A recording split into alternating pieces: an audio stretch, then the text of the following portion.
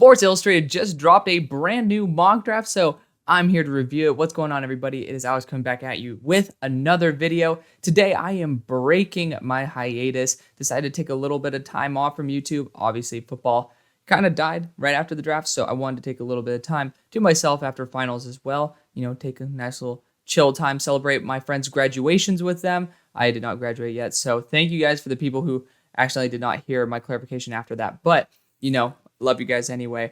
Let's get right into this. Let's have some fun. And on Friday, well, I'm recording on Thursday, but Friday we have the biggest video I have ever done. And I am extremely excited to be able to bring it to you guys. It's going to be awesome. It's going to be based on the 2024 draft with someone who is absolutely awesome. I'm super stoked for it. For those of y'all who do know, which is a very, very select few, do not spoil it because this is going to be amazing. You guys have to stay tuned. So if you guys are new, definitely hit the subscribe button. Let's get right into this and let's break it down. You guys can see my board. Am I crazy? Absolutely, but it is what it is. Arizona Cardinals going Caleb Williams. I think that it's going to be tough to handle that dead cap. That's just the big, that's the big elephant in the room is that dead cap. Otherwise, it'd be pretty obvious that you'd maybe trade away Kyler Murray or just select Caleb Williams and say, Kyler, it's going to be a QB competition, my friend. I will say one thing. This is my board actually does need to move up Quinn Ewers up quite a bit, but that's probably one of the only things that would probably be a major mover at this moment. But yeah, Caleb Williams is by far the best player in the class. I am saving my full eval of him, especially for when all 22 comes out. But my initial eval of him will be done pretty soon. I want to get through the rest of the quarterbacks before I get to really spoil myself with some Caleb Williams. Cardinals then going Jared Verse. Wow, that's a surprise. I think this would obviously be an incorrect move if Marvin Harrison Jr. is on the board.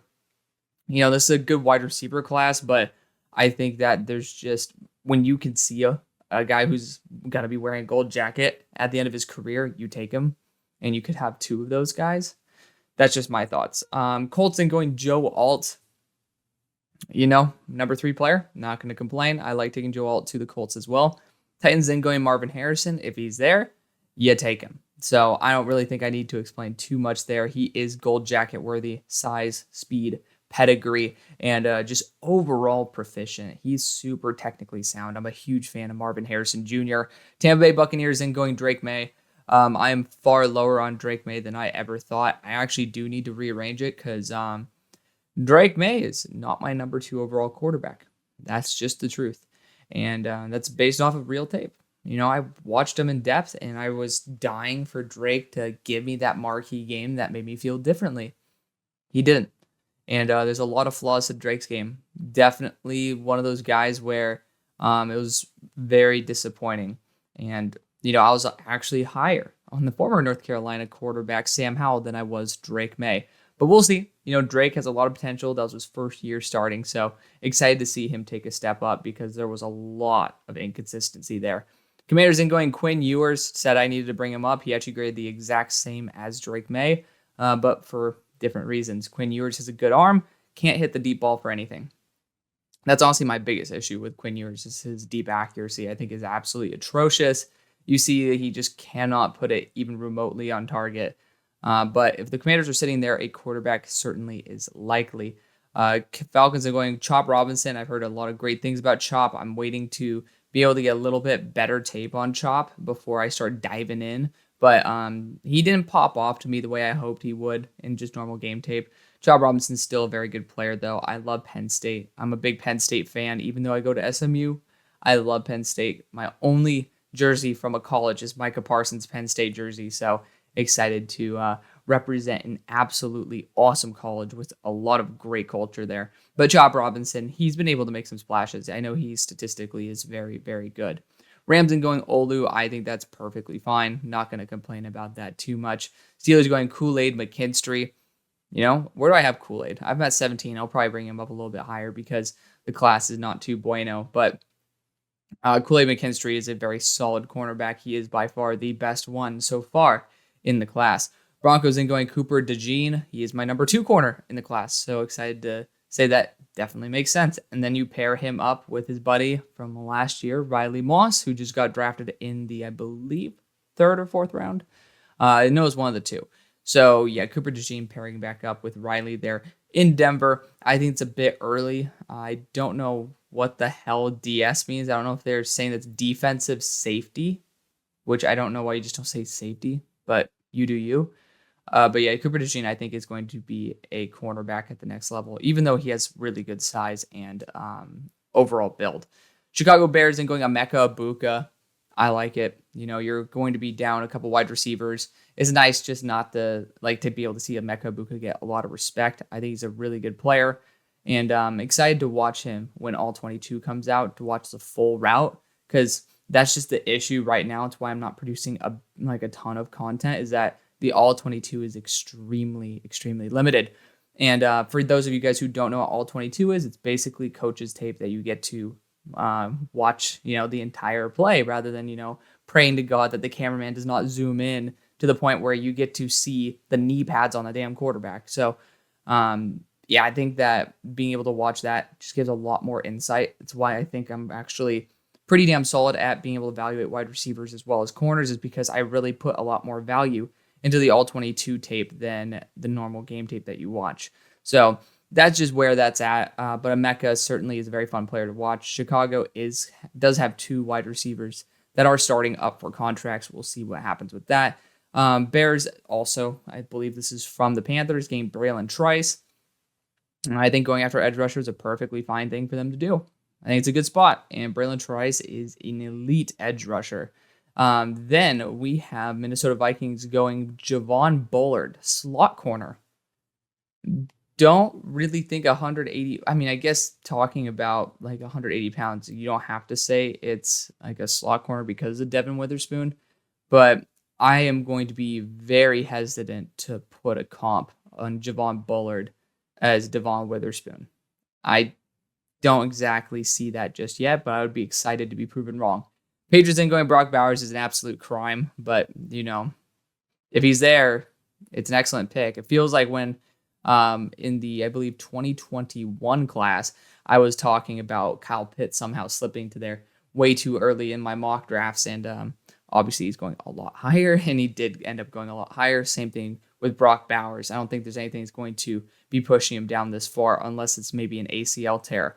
But then you got JC Latham. By the way, knock on wood, that doesn't happen. I hate injuries in general. It's just, even if you don't like a player as a prospect, you can still look at them as a human being, and it's just, I don't really like seeing players get injured. Some people do, and if you do, that's your own issue.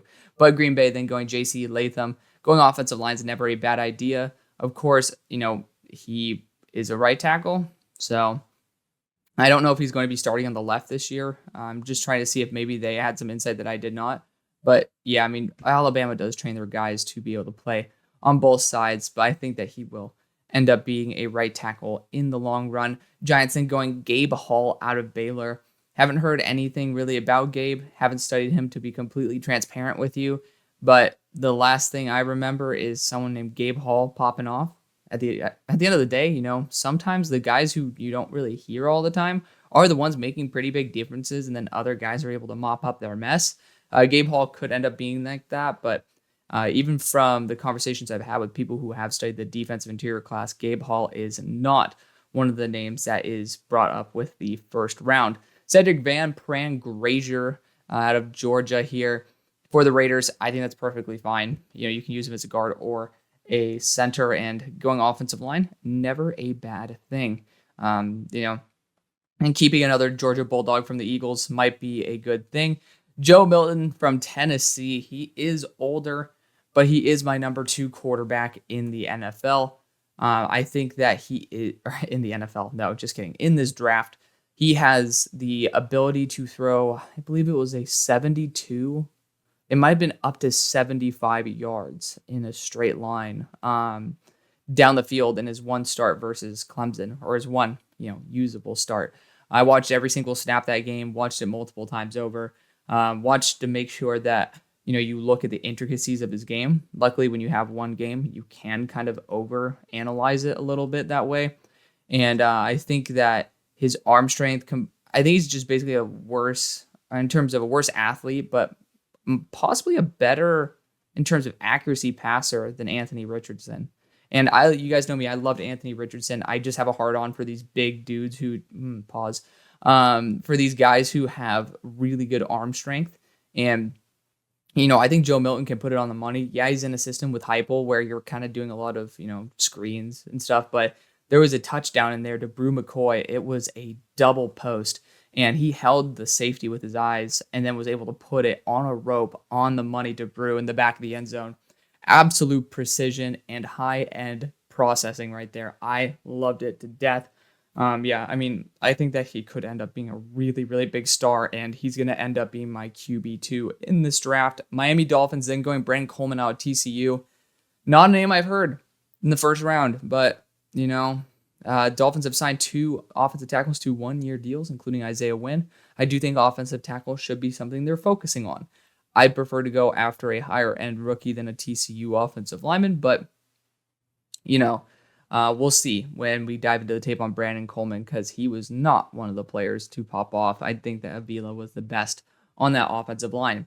Then you got the Texans going Dallas Turner. Don't think he gets here, but pairing him back up with his buddy, Will Anderson, Dallas Turner 2.0, not going to complain. And Jordan Morgan out of Arizona, I absolutely do not know. This is absolute lies. Straight up. Come on. That's ridiculous. Morgan had absolutely no momentum towards a first round pick. Or I don't even think he had a momentum towards a day 2 pick.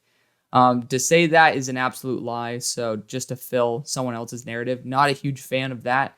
You guys know me. I'm pretty damn transparent with everything that I do, because I think that lying just to be correct or just to sound like you have some form of legitimacy in your claims is just BS. And I don't really like when people build their trust on a foundation of sand like this guy is right here. Morgan would not have been a first round pick. He wouldn't have been probably a day 2 pick either. Just to be blunt. I'm sorry. If DeJuan Jones fell, yeah, it's because he wanted to play basketball. But this guy, Jordan Morgan, is far from that type of prospect. So please do not try to lie to people, because, you guys don't watch guys like Jordan Morgan. But, I mean, it's just rude to, have this position on Sports Illustrated and be able to write an article about a mock draft, because those are the ones that get the most views. And then you end up, misleading the audience based on some BS stuff that people don't really have the research or understanding of. I just think that's absolute crap. And I'm going to call people out on it, because I have respect for the industry and not respect for people who try to abuse the people who trust those who call themselves analysts in the industry. So yeah, lack of respect for this guy for doing that. That wasn't very cool, and I'd hope that person would own up to it. But the Chargers then going Amarius Mims, I think a right tackle spot is never a bad idea. I think that pairing him back up with his other Georgia Bulldog buddy, which I don't know exactly if Jamari Sawyer played with Amarius. I think he did, but it doesn't really matter. Amarius, I believe, might have been a true freshman at the time. But it would be good just to get that same type of Georgia offensive lineman mentality into the room that has actually worked as well. New Orleans Saints going Brew McCoy. Speaking of, don't really know if Brew is going to be reaching this high up, but he is really fun after the catch. He has a good frame as well. And the Saints could be looking for somebody who is that true X receiver. We'll see about that. Jacksonville then going Chris Jenkins out of Michigan. I'm going to be honest, I've not even heard of this guy. So before I do anything to crap on someone's name, I'd like to say I uphold transparency here. This is not somebody who I have even heard of, and it's somebody who's now on the watch list. So we'll see about that. Then you got Anthony Belton out of NC State. I like NC State in general for their offensive linemen. Pretty sure Chandler Zavala, he was also from there last year. You also have a very good star tackle in Ike Ekwonu. I'm not going to go against putting some love on a North Carolina State offensive lineman, but it's pretty obvious NC State didn't exactly have the best protection last year. And Chandler Zavala, who I thought should have been probably a 3rd round selection, ended up being, I believe, a 4th. So, it's up in the air. We'll see what happens there. I don't really think that the Ravens need to reach on an offensive lineman just because of the school. We'll see what happens, though. Cowboys and going Donovan Jackson. I still think the right guard, Matt Jones, is a much better player than Donovan Jackson, but I think Donovan Jackson might be a little bit younger. I think that would be a waste of a pick if I'm going to be blunt. Smail Mondon Jr., Packers are going after a Georgia defensive player in the first round who probably shouldn't be there. So there you go. I'll scroll down my board so you guys get to see a little bit more as well. Bengals then going Jalen Conyers out of Arizona State. There's so many better tight ends in this class. There's obviously, no one's even talking about Jalen Conyers. You could tell how much exposure I had this dude just based on the fact I can't say his name. But, we'll see. We'll definitely see. There's a lot of solid tight ends in this class. And it's weird that, this is the one that you choose. And then Bud Clark, TCU defensive back for San Francisco. Again, kind of whiffing on a lot of star defensive backs in this class to draft guys that nobody's heard of. I don't know. And then, talking about slot corner, apparently. So, it is what it is. Big safety Tyler Nubbin from Minnesota. He's a good player. I like him. Don't really know if I'd want him on the Bills, but I'm not going to complain about continuing to bolster the secondary there for the Bills. There's so many better safeties in this class that it kind of feels wrong to be continuing to look at this, but I got to review. I got to keep the industry honest, right?